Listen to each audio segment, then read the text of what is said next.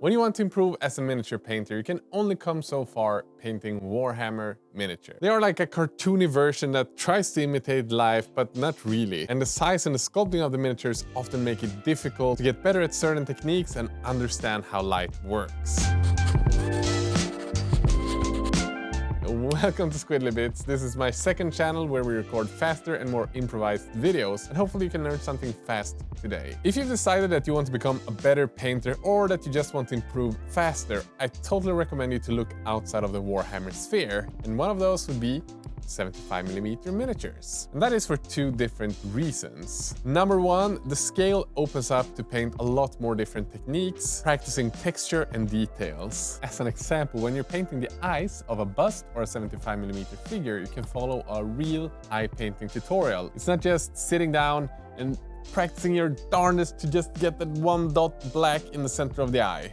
You can actually paint eyes. And reason number two, it is much easier to paint volume. And that is for a couple of different reasons. When you get up to this scale, you can practice to paint real, realistic leather. You can practice real, realistic muscles. And generally painting more light. But when you paint a smaller Games Workshop miniatures, a lot of them are not sculpted with proper anatomy. They are sculpted so that they are easy to paint with the Games Workshop techniques. In other words, either you're supposed to just paint them with a base coat and then wash and then highlight, or it's made to be painted with dry brushing. And with those techniques, you're not going to get real rendering of the different materials on the miniature. And your brain is smarter than you think. Maybe you're not an experienced artist that has studied art and knows exactly how to paint different things, but even with that, your eyes and brains are going to feel that there's something off. This does not really look real. A great example of that is the backs of the ogres or the muscles on the dwarf miniatures that Games Workshop make. These muscles do not look like any other muscles on any creature I know on this planet, which means that even if you use the proper techniques, it's not really going to look 100% realistic. And you can't really rely on the ambient light in the rooms. As an example, if I would have painted this one completely flat, because of its scale, when I would shine a light from above, the shadows wouldn't be falling as they would naturally on a human person at full scale. On bigger 75mm miniatures, on the other hand, like these ones, they are from Anycubic Miniatures. This is the yarns of the Elderwood Kickstarter that they are running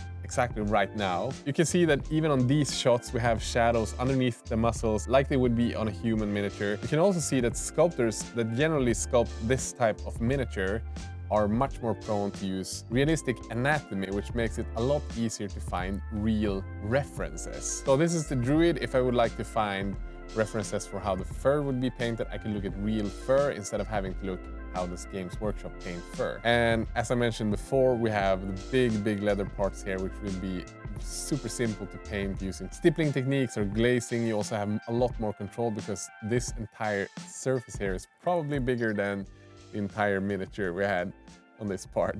And this one is one of my favorites from the Kickstarter, just because if I want to practice painting muscle or skin, I have huge surfaces and I have really well sculpted musculature and big surfaces of skin where I can practice the different tones or glazing or again stippling and maybe skin texture. We can Google big muscular guy on internet and find a reference for how the skin needs to be painted, where we need to place the highlights and stuff like that. With a goblin or a gnome, I know that's more difficult because again, this is more fantasy, heroic sculpting. It does not have real anatomy. And because of this, we can also use a flashlight to just move around on the miniature to do angled light and take a photo of this and use as our own reference for when we're painting to see where we need to place the highlights in the painting steps. We can also do this with two different flashlights and get different angles of the light, maybe have a fire shining from below as a reference and then having a different light from above. And this we can do with the flashlight a lot easier than with Games Workshop miniatures. And when you've done this a few times, you can apply these techniques onto your Warhammer minis and they're going to start looking a lot